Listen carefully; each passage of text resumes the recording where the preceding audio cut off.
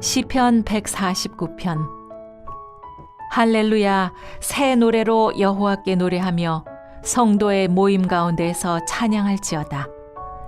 이스라엘은 자기를 지으신 이로 말미암아 즐거워하며 시온의 주민은 그들의 왕으로 말미암아 즐거워할지어다.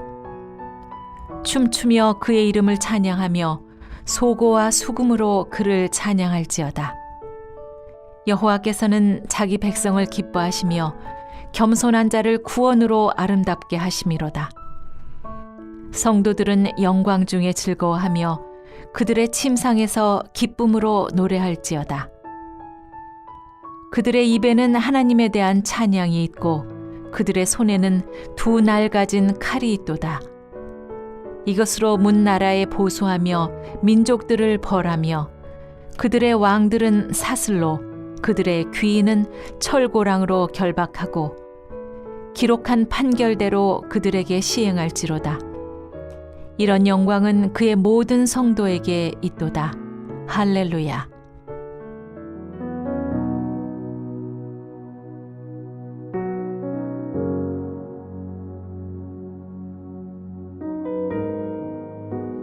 할렐루야. 오늘 하루도 성도님들의 삶 가운데 하나님의 은혜로 믿음으로 승리하며 살아가시는 하루의 삶이 되시기를 소원합니다.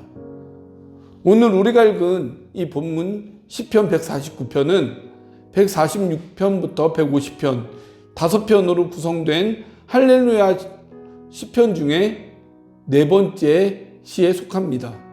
이 할렐루야 시편의 특징은 여호와를 찬양하라라는 의미를 지닌 할렐루야로 시작하여 할렐루야로 마무리하고 있습니다. 이사야 43장 21절 말씀에 보면 하나님께서는 사람을 창조하신 목적을 말씀하고 있는 것을 우리가 볼 수 있습니다. 이 백성은 내가 나를 위하여 지었나니 나를 찬송하게 하려 함이니라. 우리 인생이 추구해야 할 가장 큰 목적이 무엇일까요? 그것은 바로 하나님을 찬송하는 것입니다. 즉 우리의 삶 속에서 하나님을 증거하고 하나님만을 높여 드려야 하는 것이죠. 이러한 기준을 가지고 오늘 시편의 시인은 성도들 또한 하나님의 백성들이 하나님을 찬양해야 한다라고 선포하고 있습니다. 단순히 찬양할 것에 대한 선포만이 아닌 하나님을 찬양해야 할 이유, 그렇다면 어떻게 하나님을 찬양할 것인가, 또 찬양하는 자들을 통해 나타나는 하나님의 영광과 역사를 말하면서 하나님의 백성들이 하나님을 찬양해야 한다라고 권고하고 선포하며 촉구하고 있는 것을 우리가 볼 수 있습니다. 우리가 본문 말씀에 들어가 보면 1절 말씀에 새 노래로 여호와께 노래하며 성도의 모임 가운데 찬양할 것을 권고하고 있는 것을 우리가 발견할 수 있습니다. 새 노래라 함은 단순히 새롭게 만들어진 노래가 아닌 하나님께 받은 구원의 은총으로 인하여 새로워진 마음으로 하나님께 드리는 찬양을 뜻하는 것입니다. 매일매일 우리가 하나님의 은총으로 인한 감격 가운데 새로운 마음, 새로운 기쁨, 새로운 은혜로 충만해야 한다는 것입니다. 이것은 하나님께 받은 구원의 은총을 생각하고요, 또한 묵상하는 자들을 통해 이루어지는 것이죠. 우리는 얼마나 우리 마음 가운데 참 만족과 매일매일 새로운 기쁨과 은혜 가운데 살아가고 계십니까?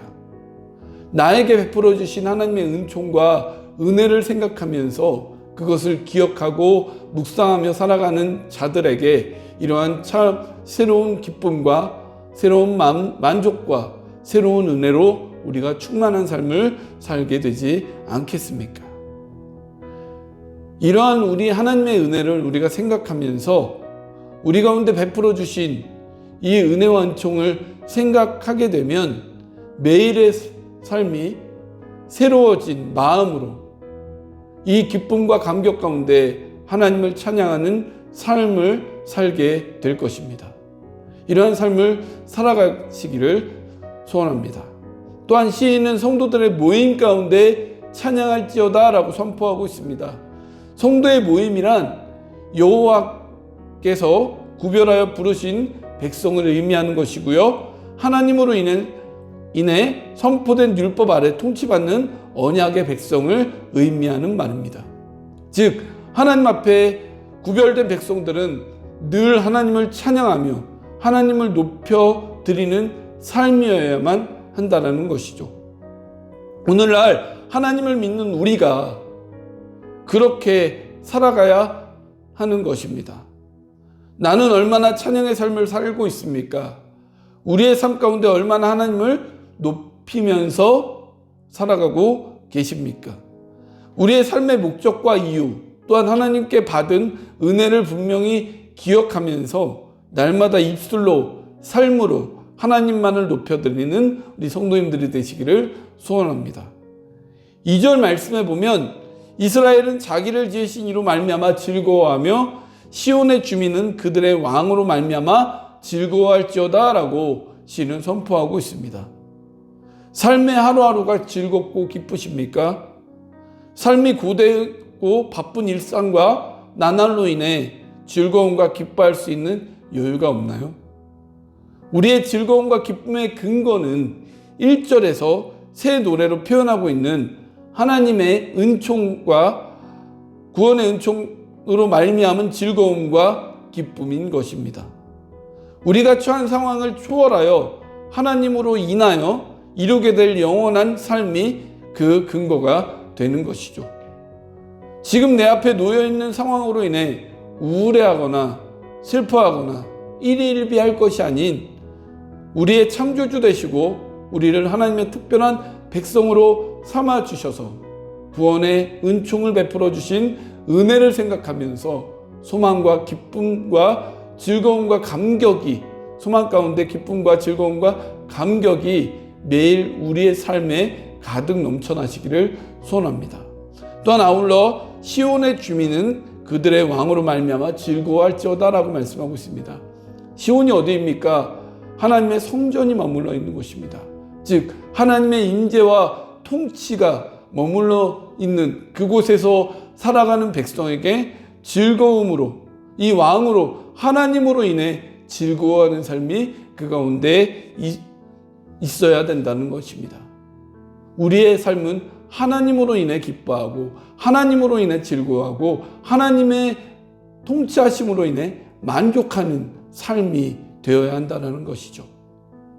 이러한 근거로 봤을 때 우리에게는 참 감격과 기쁨과 즐거움과 만족이 있는지를 생각하면서 늘 우리의 삶이 이렇게 우리의 왕 대신 이 통치 아래 거하고 있는 삶을 생각하면서 참 즐거움과 참 기쁨과 참 만족이 우리 삶 가운데 넘쳐나시기를 주님의 이름으로 간절히 축원을 드립니다. 또한 이렇게 즐거워하는 자들이 3절에 표현하고 있는 것처럼 춤으로 또한 악기들로 하나님을 찬양하게 됩니다. 출애굽기 15장 20절 말씀에 보면 이스라엘 백성들이 출애굽하여 홍해를 건널 때 그 기쁨을 미리암이 소고를 잡고 하나님을 찬양할 때 모든 여인들도 그녀를 따라서 소고를 잡고 춤을 춘 장면을 연상하게 됩니다. 이것은 하나님의 절대적인 은혜와 역사를 경험한 자들이 자신들이 표현할 수 있는 최고의 것들로 하나님을 찬양함으로써 기쁨을 표현한 것 아니겠습니까? 우리도 날마다 우리가 드릴 수 있는 최고의 것들로 하나님을 찬양하며 살아가시기를 소원합니다. 4절에 하나님은 자기 백성을 기뻐하시며 겸손한 자를 구원으로 아름답게 하신다라고 시인은 고백하고 있습니다. 하나님께서 자기 백성을 기뻐하신다는 말은 그 백성을 기쁘게 여기심으로 은혜와 사랑을 베푸셨기 때문에 이러한 은혜와 사랑을 힘입은 자들이 하나님을 찬양해야 한다는 것이죠. 뿐만 아니라 겸손한 자를 구원으로 아름답게 하신다라고 말하고 있습니다. 겸손한 자에 대한 원어의 의미는 고난을 통하여 하나님의 뜻 앞에 전적으로 순복하게 되는 상태를 의미하는 것으로서 하나님의 도우심이 없이는 의지할 것이 없는 상태를 의미하는 말입니다. 즉 우리의 삶이 절대적으로 모든 것에 하나님께 의지하고 하나님께만 순복하고 하나님만을 절대적으로 신뢰하며 믿으며 나아가는 우리의 인생이 되어야 한다는 것이죠. 이러한 인생의 삶을 살아가는 자들에게 베풀어 주시는 것은 구원으로 아름답게 하는, 구원으로 인해서 우리의 인생을 만족해 하는, 구원으로 인해 참 기쁨을 주시는 은혜가 우리 가운데 넘쳐난다는 것입니다. 이 은혜를 받은 자들, 또한 이런 즐거움과 만족 가운데 거하는 자들이 하나님을 찬양하는 삶을 살아가게 되지 않겠습니까? 우리도 이러한 자들로서 우리 하루하루의 삶이 이렇게 하나님을 찬양하는 삶이 되시기를 바랍니다. 이어서 5절에 성도들은 영광 중에 즐거워하며 그들의 침상에서 기쁨으로 노래할 것을 권면하고 있는데요. 영광은 하나님의 구원의 은총으로 인하여 이루어진 승리를 기억함으로 즐거움 가운데 머무는 인생이 올릴 수 있는 가장 큰 표현이 이 영광을 통해 나타나게 된다는 것입니다. 또한 1절에 성도의 모임 가운데, 즉 구별됨으로 모인 백성들이 찬양해야 될 것을 촉구했다면 그들의 침상, 개인들이 머무는 공간에서 기쁨 가운데 하나님의 이름을 높여 드려야 한다라고 강조하고 있습니다. 공동체의 모임 속에서 뿐만 아니라 개인이 살아가는 은밀한 삶 속에서 한순간 한순간의 그 삶 가운데서도 우리는 늘 하나님만을 찬양해야 하는 삶을 살아가야 한다라고 이 시인은 고백하면서 강조하며 권면하고 있는 것을 우리가 볼 수 있습니다.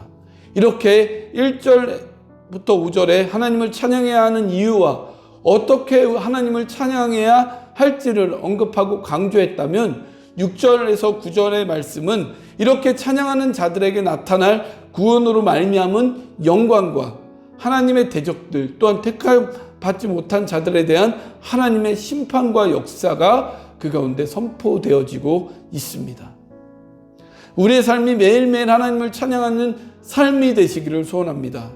마땅히 우리의 삶 속에서 하나님을 찬양해야 하는 것은 영원한 죄와 사망과 저주의 죽음 가운데 나아갈 수밖에 없는 우리를 예수 그리스도를 통한 보혈의 공로로 인해 구원과 영생을 허락해 주심으로 우리는 영원한 영광의 자리에 나갈 수 있는 은혜를 입은 자들이 되었기 때문입니다. 우리의 삶이 다하는 그날까지 우리는 할렐루야를 우리 삶 가운데 날마다 외치며 우리에게 베풀어 주신 하나님의 은혜를 기억함으로 매일매일 삶 속에서 하나님을 찬양하는 우리의 삶이 되시기를, 그것을 통해 하나님의 영광을 나타내고 하나님을 증거하는 우리의 삶이 되시기를 간절히 축원합니다. 기도합니다. 하나님, 우리의 입술이, 우리의 삶이 날마다 하나님을 찬양하는 삶이 되기 원합니다. 우리에게 베풀어 주신 구원의 은총을 우리가 기억하고 생각하면서 하나님을 찬양하며 하나님께 영광 돌리며 하나님을 높여드리는 삶이 될 수 있도록 인도하여 주옵소서. 오늘 하루의 삶 속에서도 우리의 입술 가운데 찬양이 끊이지 않으며 우리의 삶 가운데 찬양의 고백이 끊이지 않는 삶이 될 수 있도록 인도하여 주옵소서. 하나님의 귀한 은혜 감사드리며 예수님의 이름으로 기도하옵나이다. 아멘.